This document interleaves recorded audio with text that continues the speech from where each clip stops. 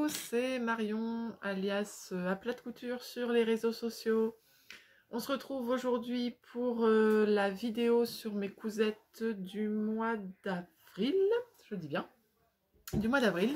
Et on commence tout de suite par un modèle que j'ai trouvé dans le magazine Octobre Design, printemps-été, donc 2021. Et j'ai bien aimé certains modèles, dont entre autres les modèles qui sont là, donc 1, 2, 3, puisqu'il y a une brassière, un legging et le sweat zippé. Et je crois que le numéro 4 aussi est un modèle un petit peu sportif. Voilà, ils sont ici. Voilà, le modèle 4 c'est ça. Et le sweat il est là. Voilà, donc j'ai trouvé ça assez intéressant. J'ai bien envie de me faire la brassière et legging. Pour l'instant, donc ce mois-ci, j'ai cousu la veste de sport. Donc voilà ce que ça donne. La veste de sport. En fait, ça tombait bien, c'est qu'il y avait une promo chez My Little Coupon où les 3 mètres de ce tissu-là, alors on voit pas super bien, oui on voit un petit peu, c'est un tissu à relief, on va dire.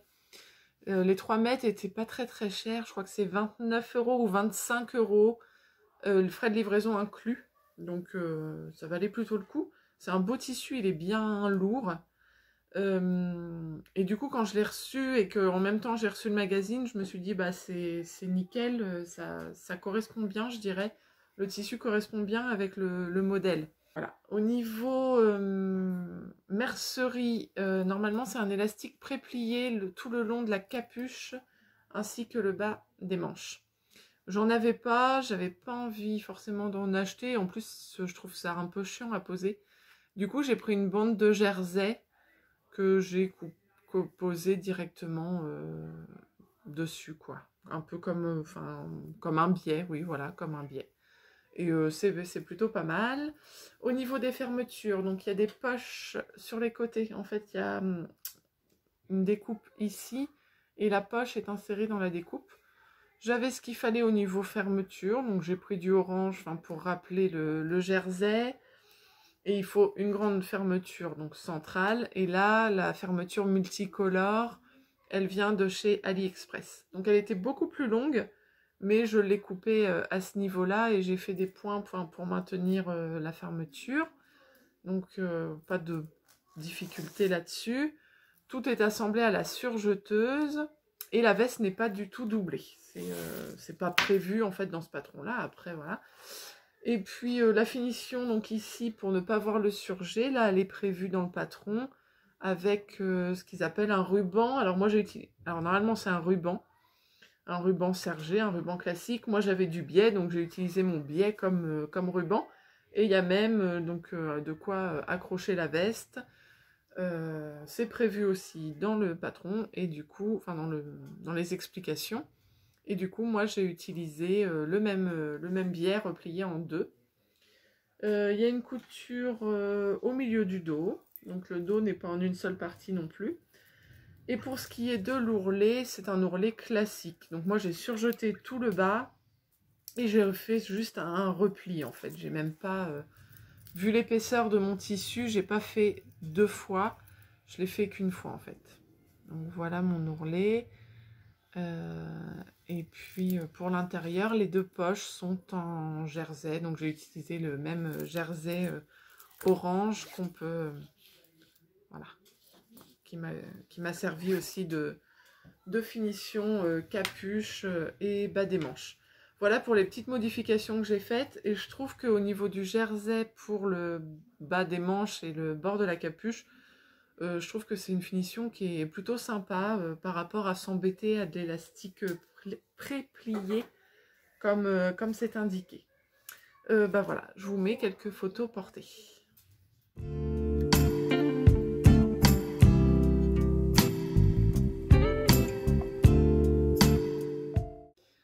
Deuxième cousette que je peux vous présenter, vous verrez que je n'ai pas cousu que pour moi cette fois-ci. Ça faisait vraiment un moment que je voulais faire un polo pour mon mari. Et donc je suis partie sur le polo William de Mounassou. 2 possibilités, manche courte, manche longue. Étant donné qu'on arrive en été, j'ai préféré partir sur la version manche courte. Pas de difficulté particulière vraiment sur l'assemblage, au niveau de la taille, etc. C'est assez bien expliqué. Les explications sont peut-être un peu succinctes, mais bon, on s'en sort. Voilà le résultat. J'avais acheté ce tissu, donc c'est un tissu spécial polo que j'avais eu chez Fairy Factory. Ouais, c'est ça. Je vais vous mettre le lien. Et puis, donc c'est vraiment un tissu aspect polo. D'ailleurs, quand je l'ai reçu, j'ai failli l'utiliser sur l'envers, parce que l'envers fait plus doux que l'endroit. Mais en fait, c'est normal, mais n'empêche que j'ai failli me tromper et utiliser, en fait, et ça aurait pas du tout eu le même rendu. Donc vraiment le tissu polo avec un aspect, comment dire, un petit peu granuleux sur l'extérieur. Donc il y a 2 fentes sur les côtés, donc je trouve que c'est sympa. J'ai pas fini, donc j'ai pas fini avec une double aiguille, on pourrait croire, mais en fait j'ai fait 2 points espacés de quelques millimètres sur tout le devant et tout le dos. Pour le bas des manches, c'est un bracelet de manche qui vient s'ajouter donc sur à la fin de la manche, qui vient terminer la manche. Donc voilà. Pour le devant, donc on a forcément une patte de boutonnage. C'est plutôt bien expliqué, j'ai pas eu de souci particulier. Elle est assez propre. Le seul souci que j'ai eu, c'est pour cette boutonnière là. Donc là, elle est fermée. Mais si, donc ça se voit pas trop, mais si je l'ouvre, vous voyez, elle est très grossière, plutôt moche. Les 2 autres sont beaucoup plus jolies. Donc bon, heureusement, on va dire, ça se porte fermé, donc c'est voilà, ça se voit pas. Voilà, ça cache la misère. Et l'autre souci que j'ai eu, c'est encore dû à une boutonnière. Il y a une boutonnière qui est prévue sur la partie basse du col. Et là, ma machine n'a jamais voulu faire la boutonnière sur cette épaisseur. Le fait que ce soit en plus en début comme ça, j'ai pas réussi. Ça a été un carnage, ça m'a vraiment énervée et démotivée. Surtout que, comme dit mon mari, c'est un bouton que lui ne ferme jamais, en tout cas, sinon il est trop étriqué au niveau du col. Et j'aurais donc... la prochaine fois que je lui en refais un, je partirai certainement sur le même patron, mais je ne ferai pas de... J'essaierai même pas de faire une boutonnière ici. Puisque c'est vrai qu'en plus, on le porte un peu ouvert, donc pas fermé jusqu'au bout en tout cas, et ça ne choque pas qu'il n'y ait pas de boutonnière ici, et là en fait ça choque parce que la boutonnière est moche. Donc bon, c'est un petit peu la déception. Sinon au niveau du col, c'est plutôt pas mal. J'avais une petite étiquette Made in France que j'ai ajoutée au dos, et au dos du polo, j'ai agrémenté d'un flex que j'ai eu chez AliExpress. Donc je vous mettrai le lien. Je le trouvais bien sympa. On croirait des Converse. En tout cas, c'est imitation Converse. Et c'est des chaussures que mon mari porte souvent. Donc je trouvais ça assez sympa. Puis ça égaye un petit peu le gris du polo. Voilà, classique. Je vais vous mettre des photos portées dès qu'elles seront faites. Mais je vais vous en mettre. Voilà.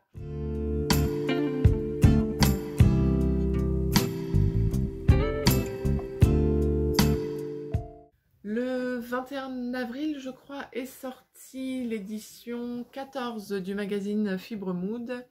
Et comme à son habitude, j'ai eu le droit de de coudre en avant-première un des patrons du magazine. J'avais les visuels donc sur leur site internet et j'ai choisi le patron de la combinaison Fiona qu'on peut voir ici. Voilà, une combinaison très large comme on voit avec des manches raglan, mais sinon plutôt simple. Une ouverture au dos fermée par un bouton et un lien qui referme, qui blouse un petit peu la combinaison. Sinon c'est du très large. Finition 7/8e, donc bien sûr on peut rallonger, raccourcir, on fait ce qu'on veut. Voilà, difficulté 2 sur 5. Je suis partie sur une taille M parce que c'est vraiment donc une coupe très ample. Ils disent même, on peut prévoir de partir sur une taille inférieure à la nôtre si on veut que ça soit un petit peu plus ajusté. Voilà ce que ça donne et voilà en fait le tissu que j'ai utilisé, parce que de toute façon je ne vais pas pouvoir vous montrer grand chose. C'est une double gaze que j'ai trouvée chez notre vendeur local ici, Visiotex. Double gaze, donc super agréable à porter, plutôt agréable à coudre. Ce que j'aime jamais trop dans la double gaze, c'est le fait que ça se détende, etc. quand on repasse et tout. Sur celle-là, ça me l'a pas trop fait, donc voilà. Une encolure donc un petit peu bateau, je dirais. Enfin, c'est le fait des manches raglan qui fait ça. Sinon, ourlet classique pour finir les manches. Ici, il y a une coulisse où on passe un lien.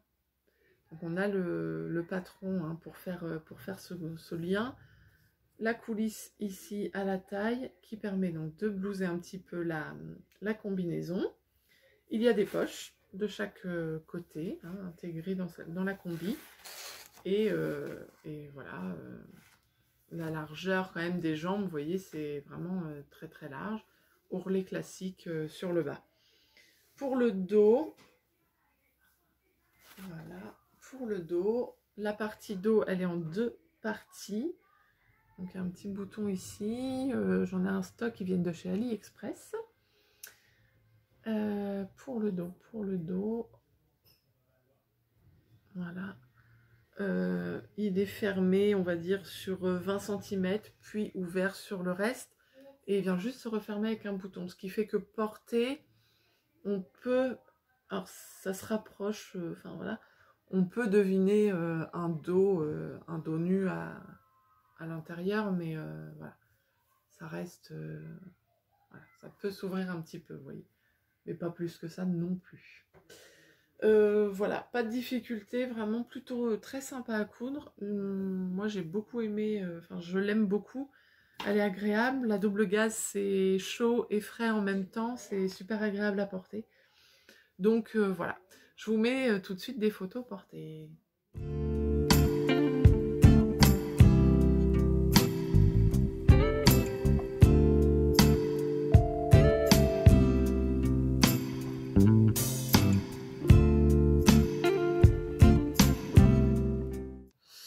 Alors ensuite j'ai aussi cousu pour mon fils, j'ai cousu le sweat qui s'appelle Mini Méliane. Je vais vous mettre un petit encadré du sweat, ça fait, on en voit quand même beaucoup défiler sur Instagram, etc. Moi c'est quand même la première version que je couds. Voilà le résultat, donc c'est pour mon fils Simon qui a 12 ans. Et j'ai dû coudre en taille 12 ans je crois. J'ai utilisé un jersey bleu. Donc, enfin des chutes de jersey pour l'empiècement. Et pour le tissu principal, c'est un French Terry, donc c'est un sweat qui est quand même très léger. Ça fait vraiment sweat d'été, enfin printemps-été. Donc il y a possibilité de mettre une capuche, j'ai pas mis de capuche. Par contre, j'ai quand même fait les poches. Et du coup, avec le même jersey, j'ai utilisé un point décoratif de ma machine à coudre parce que c'était l'occasion, donc pour que ça ressorte bien. Pour le bord-côte en bas, c'est un bord-côte noir classique, ainsi que pour l'encolure et le bas des manches. Et pour personnaliser encore un petit peu plus le sweat, bah vous voyez là, j'ai mis des écritures japonaises parce que mon fils est fan de manga et que ça égayait un petit peu les manches et que c'est vrai que franchement je trouve ça très sympa. En plus, j'avais exactement le bleu identique, donc voilà, je trouve que ça amène vraiment un petit plus cette fois-ci. Pour le dos, bah, y a aussi la levée comme ça. Donc on voit, d'ailleurs on voit plutôt bien à la caméra, je trouve qu'il y a des décalages. C'est vraiment pas évident quand on coud à la surjeteuse de pas avoir de décalage, surtout à ce niveau-là. Mais en fait, une fois portés, parce qu'on les a aussi un petit peu devant, peut-être un poil moins, mais on les a. Et en fait, une fois porté, on se rend compte que le décalage, on ne le voit pas. Voilà, donc c'est plutôt rassurant. Voilà, bah, je vous mets tout de suite des photos portées.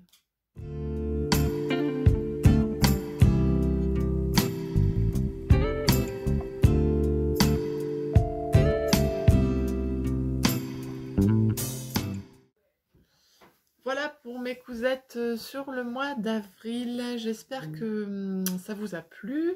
N'hésitez pas à me laisser un petit commentaire pour me dire ce que vous en avez pensé. Et puis moi, je vous dis à dans un mois. Entre-temps, n'hésitez pas à me suivre sur les réseaux sociaux où vous trouverez des cousettes plus régulièrement. Voilà, bisous!